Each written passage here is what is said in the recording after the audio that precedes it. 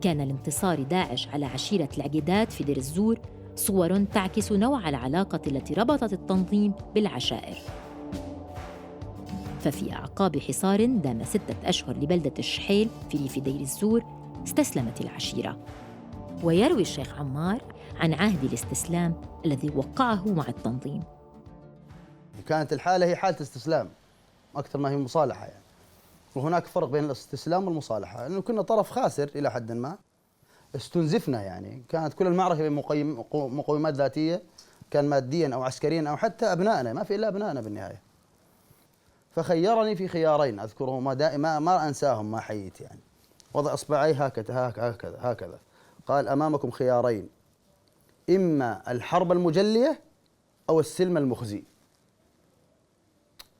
فالحرب المجلية يعني ربما يكون عنوان واضح، يعني مجلية ساحقة ماحقة كما يقولون يعني. لكن ما هو السلم المخزي؟ فشرح لي بعض التفاصيل، أنه نسلم السلاح، نقر بالردة، ثم ندخل الإسلام من جديد ونغادر الديار، وكان هذا الكلام.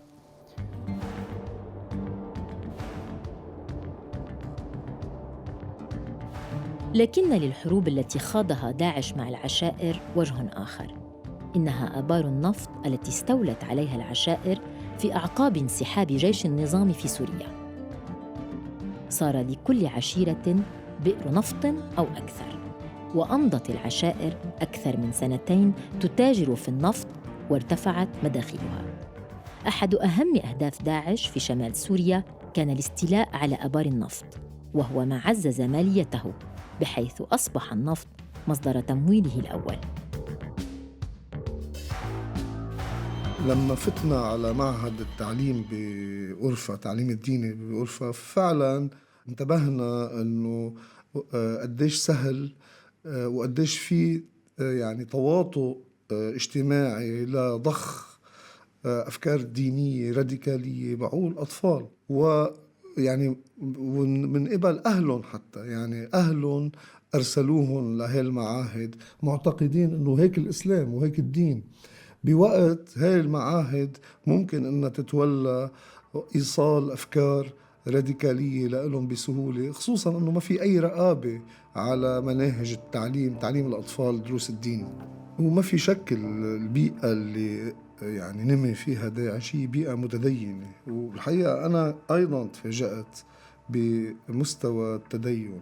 تجي على الجامعة كتير يا يوسف؟ كل وقت. كل الوقت؟ ليه كل الوقت؟ شو بتعمل بالجامعة كل الوقت؟ صلي، أعبد الله.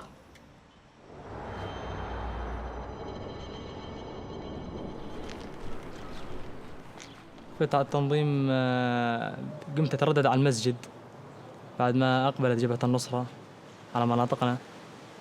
وين بأي مناطق؟ مناطق ريف الرقة الشرقي.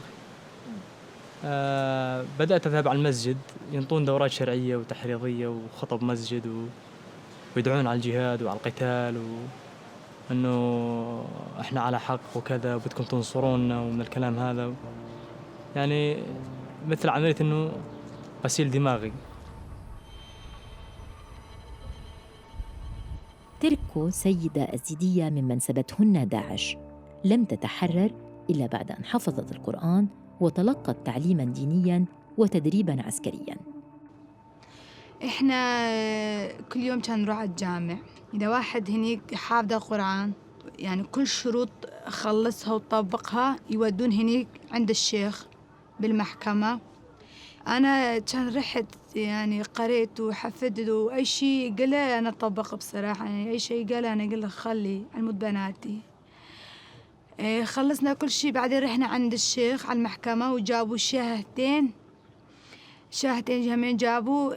أعطاني عقد يعني ورقة يعني ختمين ختم الدولة الإسلام، حررونا. قال بس أنتوا ما تطلعون من أرض الإسلام، أنتوا تبقون بالأرض الإسلام.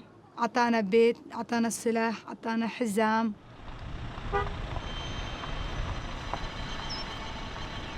إذا ابنك بعد فترة إجا قال لك إنه أنا سلفي وبدي جاهد، شو رح تعملي؟ لا أصلا ما في هلا شيء اسمه جهاد. هلا وينه الجهاد؟ فهمت. إذا إجا ابنك قال لك هيك؟ لا بقول له ما في جهاد ماما هون. كيف رح تربيه؟ شوف أنا بحب ابني يطلع مثلا يحفظ قرآن، يصلي، إيه بس هيك. أنا حلمي يكون زوجي أولادي إنه ربيهم تربية يكون جيدة. ستبقى إشكالية التعليم الديني قضية مطروحة بقوة. لقد استثمر الجميع، سواء أنظمة استبدادية أو أحزاب دينية أو دول إقليمية، بنشر أفكار متشددة.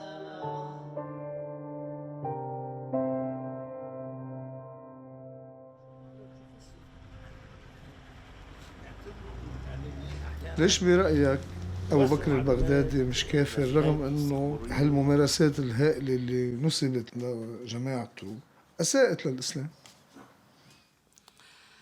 نحن لا نكفر أحداً قبل أن نلتقي به ونناقشه ونحاوره ونسمع منه ويسمع منا.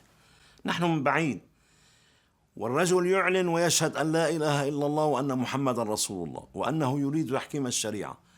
بأي حق نحن بناء على ما نراه من تشدد في الأفعال فعلا أن نحكم عليه بالكفر؟ تشدد بالأفعال؟ نعم، في تشدد بالأفعال، نعم. هي مش تشدد، في إجرام. نحن الحجاج في تاريخنا الإسلامي لا نقول عنه بأنه كافر، الحجاج، مع أنه قتل من قتل، لأن التكفير مسألة أنك تخرجه من الملة، يعني تجعله خالدا مخلدا في النار. هذا الأمر ليس بأيدينا إلا بدليل قطعي. لا تزال قدرة أنظمة ديكتاتورية وجماعات دينية على الاستثمار في الخطاب الديني عالية، وهذا الاستثمار بدأ منذ عقود، وكانت نتيجته أجيال من الجهاديين باتوا سمة العقود الأربعة الأخيرة.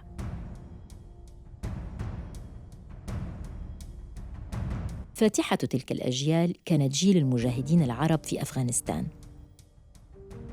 الجيل الثاني هو الذي نفذ اعتداءات 11 من أيلول. الجيل الثالث عرف بتنظيم التوحيد والجهاد، ومنهم بثق الجيل الرابع الأكثر عنفاً، وهو تنظيم الدولة الإسلامية أو داعش.